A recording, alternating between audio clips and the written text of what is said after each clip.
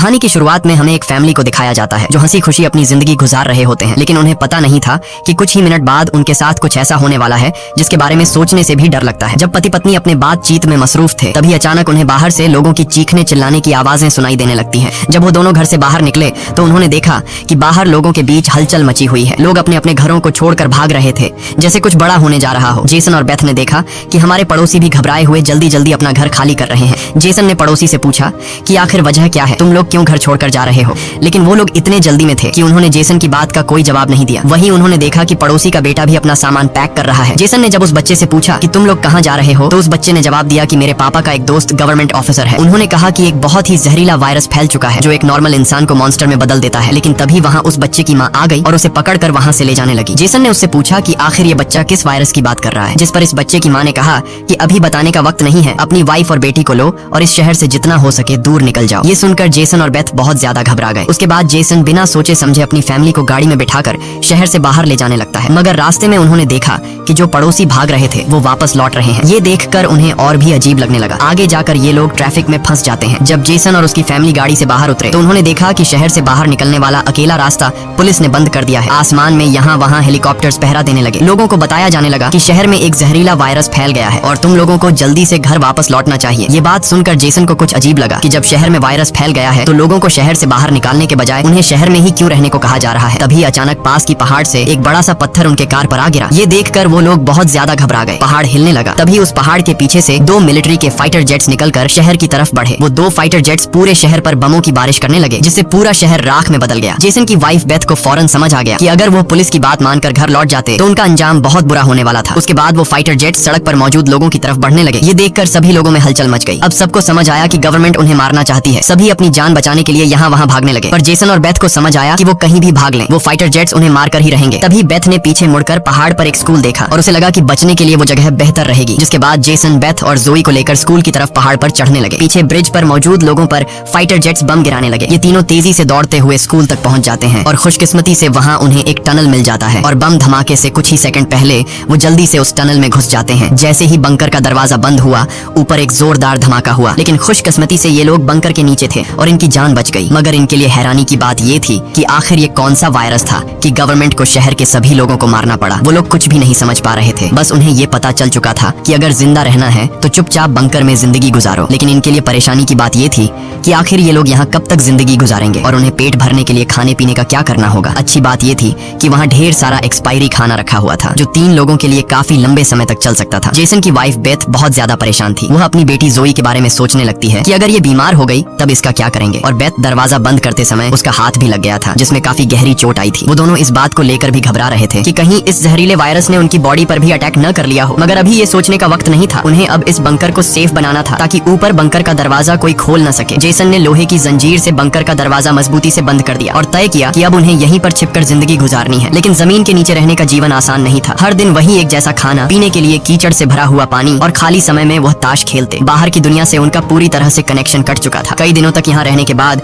वो लोग बहुत ज्यादा इस बंकर में तंग हो चुके थे। लेकिन वो क्या करते, अगर ऊपर जाते तो उनकी जान नहीं बच पाती। इस जीवन ने जेसन के परिवार को मानो इस दुनिया के अंत का एहसास दिलाया। जोई ने अपने पापा से पूछा, पापा हम यहाँ कब तक रहेंगे? जेसन के पास इस बात का कोई जवाब नहीं था। उसने अपनी बेटी से बस यही कहा, जब बाहर वायरस चला जाएगा तभी हम बाहर जाएंगे। वो अपनी बेटी की आंखों पर उंगलियां रखकर बाहर की दुनिया उससे इमेजिन करवाता है। इस तरह से दिन गुजरते गए और फिर महीने। उन्हें नहीं पता था कि बाहर निकलने के इंतजार में उन्हें यहाँ इस बंकर में 300 से भी ज्यादा दिन गुजर चुके हैं। जोई अपनी माँ की बनाई हुई पेरिस्कोप से बाहर की दुनिया को देखती है। बाहर चारों ओर बस तबाही का मंजर नजर आ रहा था, जैसे ये पूरी दुनिया जलकर राख हो गई हो। वहाँ किसी भी इंसान का नामो निशान तक नहीं था। ये सब देखकर उस छोटी बच्ची को लगने लगा कि शायद हम इस दुनिया के आखिरी बचे हुए लोग हैं। माँ ने उसे दिलासा दिया कि तुम ऐसा मत सोचो, शायद तुम्हारे दोस्त भी हमारी तरह कहीं छुपे हुए हों। अब रात हो चुकी थी और डिनर का समय हो चुका था। उनके पास अब खाना भी कम बचा हुआ था, इसीलिए वो तीनों थोड़ा सा खाना खाकर काम चला रहे थे। लेकिन आज जोई की जिद पर उसे पूरा एक कैन का डिब्बा दिया गया। जोई ने जब टिन का डिब्बा खोला तो उसने देखा कि टिन का डिब्बा अंदर से खाली है। इस डिब्बे के पीछे की तरफ एक छोटा सा छेद था, शायद कोई चीज इसमें से खाना चुरा गई थी। बेथ ने सारी बची हुई डिब्बों की जांच की तो पता लगा कि पूरे 12 डिब्बे खाली थे। ये देखकर वो बहुत ज्यादा परेशान हुए क्योंकि ये तो उनके 2 हफ्तों का राशन था। बेथ ने वेंटिलेशन जाली की तरफ देखा और अंदाजा लगाया कि शायद कोई चूहा अंदर आकर खाना ले गया। बेथ ने कहा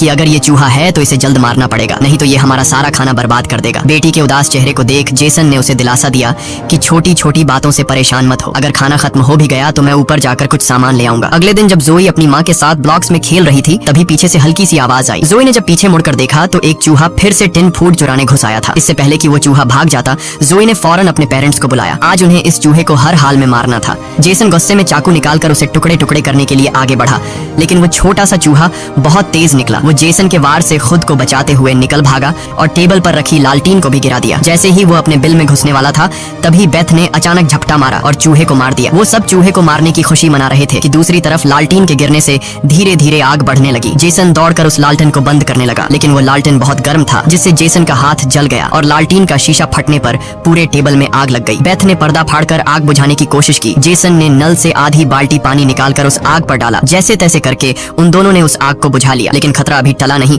बल्कि अब उनके लिए और भी मुश्किल बढ़ने वाली थी, क्योंकि आग तो वो लोग बुझा चुके थे, मगर आग से निकलने वाले धुएं ने पूरे बंकर को धुएं से भर दिया था और वो धुआं धीरे धीरे वेंटिलेशन जाली से ऊपर की तरफ निकल रहा था। ये देखकर वो सब घबरा गए, क्योंकि ये धुआं उनका वहां होने का ठिकाना जाहिर कर रहा था। अब सब लोग सांस रोक कर बैठे थे। जेसन ने कहा कि शायद रात का अंधेरा धुएं को छुपा लेगा और किसी को हमारे ठिकाने के बारे में पता नहीं चल पाएगा। वो तीनों डर के साए में पूरी रात जागते रहे। अगली सुबह उन्होंने खुद के तसल्ली के लिए पेरिस्कोप से बाहर झांक कर देखा तो उनके पैरों तले जमीन खिसक गई। उन्होंने देखा कि बाहर तो पूरा धुएं का गुबार उठा हुआ था। ये देखकर उन लोगों की बेचैनी बढ़ने लगी। उन्हें पूरा यकीन हो गया था कि उनके ठिकाने का राज खुल चुका है। तभी बीत ने कहा कि अगर धुआं उठा है तो उस पास राख भी जमा हुआ होगा, जिसकी जांचबीन करते हुए हमारे ठिकाने का पता चल सकता है। इसीलिए अब हमें राख की सफाई करनी होगी। जिसके बाद पति पत्नी ने बाहर जाकर सफाई करने का फैसला किया। जाने से पहले जेसन ने अपनी बेटी जोए से कहा कि जोए, मुझे प्रॉमिस करो कि बाहर से चाहे तुम्हें आवाज आए या फिर कुछ भी हो जाए, बस तुम्हें बाहर नहीं निकलना है। बेटी से वादा लेने के बाद उन्होंने दरवाजे की जंजीर खोली, बाहर की आवाजों को ध्यान से सुना और जब यकीन हुआ कि बाहर कोई भी नहीं है, तब दोनों ने मिलकर बंकर का दरवाजा खोला और बाहर निकल गए। अब उनकी बेटी अकेली अंदर रह गई। वो अपने पेरेंट्स का इंतजार कर रही थी, लेकिन बहुत देर तक इंतजार करने के बाद भी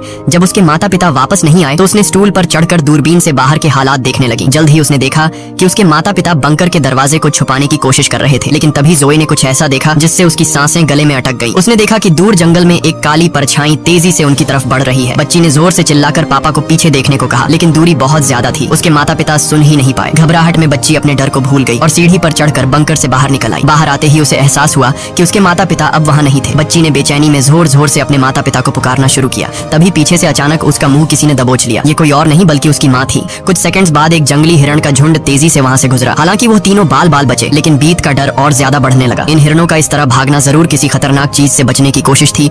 सबको खतरे का अंदाजा हुआ और वो तेजी से वापस बंकर की तरफ भागे और बंकर के अंदर घुस गए। जेसन ने लकड़ी की पट्टियों से बंकर का दरवाजा बंद किया और लोहे की जंजीर से उसे कसकर बांध लिया और सबको बिल्कुल खामोश रहने का कहा। तभी उन्होंने ऊपर से कदमों की धीमी आहट सुनी। ऐसा लग रहा था कि जैसे कोई बंकर के दरवाजे की तरफ आ रहा हो। वो कई मिनटों तक लगातार बंकर के ऊपर इधर उधर घूम रहा था। ये तीनों आहिस्ता कदमों से बंकर के दरवाजे से हटकर आगे की तरफ जाने लगे और शायद अब तक ऊपर जो भी था उसे भनक नहीं लगी थी कि नीचे बंकर में कोई है। डर के मारे जोए रोने लगी। बीत उसे चुप कराती है और कहती है कि अगर आवाज बाहर तक गई तो सब खत्म हो जाएगा। वो तीनों धीरे धीरे बंकर के दरवाजे से काफी आगे बढ़ चुके थे। वो बंकर के दरवाजे से इसलिए आगे बढ़ रहे थे कि अगर कोई ऊपर से बंकर का दरवाजा खोल भी दे तो नीचे उसे हम नजर नहीं आए। लेकिन तभी जोई ने जो गुड़िया हाथ में उठाई थी उसकी रस्सी एक स्क्रू में फंस गई। वो स्क्रू धीरे धीरे ढीला होने लगा। ये देखकर जेसन और बीत की सांसें अटक गई, क्योंकि वह रस्सी गुड़िया में लगी आवाज के स्विच से जुड़ी थी। इससे पहले कि वह कुछ कर पाते, वह स्क्रू एक झटके से निकल गया और उसी पल तेजी से गुड़िया के अंदर से आवाजें आने लगी। जेसन ने फौरन उस गुड़िया को चीर डाला और उसके अंदर स्पीकर को तोड़ दिया, लेकिन अब बहुत देर हो चुकी थी। ऊपर जो चीज उनका पीछा कर रही थी उससे उनकी भनक लग चुकी थी। अचानक ऊपर से जोर की टक्कर की आवाज आई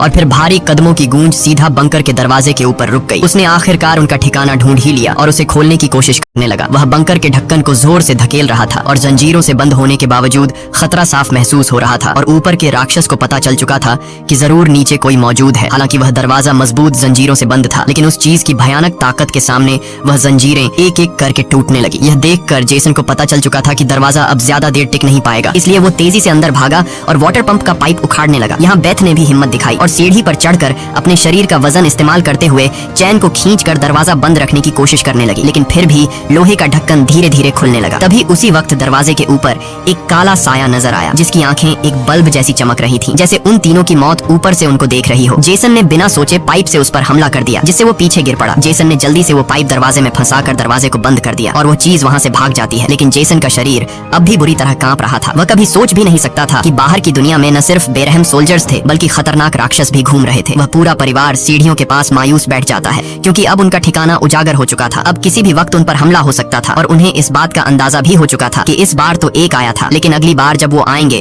तो उनकी तादाद काफी ज्यादा होगी और हम उनके सामने कुछ नहीं कर पाएंगे। थोड़ी देर बाद अचानक अलमारी हिलने लगी। जेसन और बेथ समझ गए कि उसने अपने बाकी साथियों को भी बुला लिया है। ऊपर से तेज कदमों की आवाजें सुनाई देने लगी, मानो हजारों जीव उनके सिर पर दौड़ रहे हों। फिर वह सभी बंकर के दरवाजे पर इकट्ठा हो गए। उनके डर से नीचे जेसन, बेथ और जोए कांप रहे थे। तभी उन्होंने अचानक एक जबरदस्त हमला शुरू कर दिया। इस बार की ताकत पहले से कहीं ज्यादा थी। मजबूत लोहे का दरवाजा टूटकर नीचे गिरा और बंकर के दरवाजे पर ढेर सारी आंखें चमकने लगी, जिसे वह लोग डर के मारे पीछे की तरफ भागने लगे। लेकिन वह राक्षस भी उनके पीछे चलते आ रहे थे। बेथ ने अपनी तेल की लैंप फेंक दी और उनके और अपने बीच पर्दे में आग लगा दी और अलमारी को पकड़कर दोनों ने उनके बीच रास्ते को ब्लॉक कर दिया। वह सभी तेजी से बंकर के अंदर की तरफ भागने लगे, पर वह लोग जानते थे कि यह सब उन्हें ज्यादा देर नहीं रोक सकते। उनके पास अब बचने का कोई रास्ता नहीं था। तभी बच्ची को जमीन की ओर खुलने वाला एक वेंटिलेशन दिखाई दिया। जेसन ने ताकत से उसे तोड़ा और पूरी जान लगाकर अपनी पत्नी और बेटी को बाहर की ओर धकेल दिया। लेकिन जब खुद बाहर निकलने की कोशिश की तो तंग जगह के कारण वह अटक गया। दूसरी तरफ राक्षस उसकी ओर बढ़ रहे थे। अब जैसे तैसे करके जेसन को यहाँ से निकलना था। उसे कोई दूसरा रास्ता नजर नहीं आया, इसलिए उसने अपने कंधे की हड्डी तोड़ डाली, जिससे वह दर्द से चीखने लगा। पर जल्दी से वह खुद को संभालकर वेंटिलेशन में घुस गया। बेथ बिना समय गवाए पूरी ताकत से जेसन को बाहर खींचने लगी। जेसन जैसे ही बाहर निकलने ही वाला था, तभी एक विशाल जीवी ने आकर जेसन के पैर को पकड़ लिया। जेसन समझ गया कि अब उसका बच पाना नामुमकिन है। अब भाग निकलने की कोई उम्मीद नहीं थी। जेसन ने अपनी पत्नी से आंखें मिलाते हुए कहा कि जो भी हो जाए जोए को कुछ नहीं होने देना, और अगले ही पल वह राक्षस उसे बंकर में खींच लेता है। लेकिन जेसन बंकर में राक्षस से डरने के बजाय उनसे कहता है कि आओ देखता हूँ तुम में कितना दम है। बेथ और जोए ने जब नीचे देखा तो बंकर में से तेज चीखने की आवाजें आ रही थी। बेथ समझ गई कि उसका पति उन्हें भागने का समय देने के लिए लड़ रहा है। वह दर्द में भी अपनी बेटी को लेकर वहाँ से निकल पड़ी और राक्षस से बचते हुए वह काफी दूर आए। लेकिन भागते भागते उन्हें कुछ अजीब महसूस हुआ। उन्होंने देखा कि जो हाईवे बाहर की दुनिया तक खुलता था, अब वहाँ ऊंची दीवार खड़ी थी, यानी अब इस शहर से कोई भी बाहर नहीं निकल सकता है। तभी वहाँ हेलीकॉप्टर दूर से उड़ता हुआ आया। जब बेथ ने पीछे मुड़कर देखा तो वह एक आर्मी हेलीकॉप्टर था। वह हेलीकॉप्टर तेजी से उनके पास आकर उन पर अपनी तेज स्पॉटलाइट चमकाई। ये दोनों जैसे ही वहाँ से भागने वाले थे, तभी ऊपर से उन पर एक बड़ा जाल आ गिरा, जिसमें ये दोनों फंस गए। वह दोनों हर एक संभव तरीके से जाल से खुद को छुड़ाने की कोशिश करने लगी, लेकिन जाल ने इन दोनों को बुरी तरह से जकड़ लिया था। बेथ ने जाल की जाली के बीच से देखा कि कुछ हरी आंखों वाले काले साए उनके पास आ रहे हैं। तभी यहाँ हमें कहानी का असल राज मालूम हुआ। ये जो बंदूक थामे पीली आंखों वाले लोग, जिसे हम राक्षस समझ रहे थे, ये असल में कोई एलियन या फिर वायरस से इन्फेक्टेड लोग नहीं थे, बल्कि ये तो मिलिट्री के सोल्जर्स थे, जो गैस मास्क और नाइट विजन ग्लासेस लगाए हुए थे। वही आंखें जिसकी पीली चमक उन्हें किसी दूसरी दुनिया का दिखा रही थी। लेकिन सवाल आता है कि आखिर आर्मी वाले इन लोगों के जान के दुश्मन क्यों बने हुए थे? ये सारा राज आपको आगे की थोड़ी सी बची हुई स्टोरी में मालूम पड़ जाएगा। अब बेथ और जोए दोनों इन सोल्जर्स के कंट्रोल में थे। इनमें से एक सोल्जर ने एक बड़ी सी इंजेक्शन निकाली और दोनों के गले में बारी बारी से चुभा दी। जब इनके ब्लड को टेस्ट किया गया तो पता लगा कि ये दोनों भी जहरीले वायरस से इन्फेक्टेड हैं, जिसका मतलब कि ये दोनों इस धरती के लिए एक खतरा हैं, यानी अब इन्हें मार दिया जाएगा। असल में जब वायरस पहली बार फैला था, तभी इस छोटे से शहर के कई लोग इसकी चपेट में आ चुके थे। ये वायरस हवा से फैलता था और ये वायरस एक इंसान से दूसरे इंसान को बहुत ही जल्दी लग जाता। इन्फेक्टेड लोग खुद भी नहीं जानते थे कि वो बीमार हैं और गवर्नमेंट के पास इस वायरस को रोकने का कोई एंटीडोट नहीं था। इन्फेक्टेड लोगों को मारने के अलावा गवर्नमेंट के पास दूसरा कोई रास्ता नहीं था। बेथ रो रो कर कहती है कि प्लीज मेरी बच्ची को जाने दो। जब बेथ ने देखा कि ये सोल्जर्स उसकी छोटी बेटी को भी नहीं छोड़ने वाले, तो वो पूरी तरह गुस्से में आ गई। उसके चेहरे पर काले निशान उभरने लगे, लेकिन इससे पहले कि वो कुछ कर पाती, एक सोल्जर की गर्दन से खून का फव्वारा फूट पड़ा। वो कोई और नहीं बल्कि मौत से लौट कर आया जेसन था। दरअसल बंकर में जेसन मरा नहीं, बल्कि वहाँ वो खुद पर कंट्रोल खोकर वहाँ सभी सोल्जर्स को मार डाला। उस वक्त वो बहुत ज्यादा गुस्से में था। चेहरे पर काले निशान और आंखें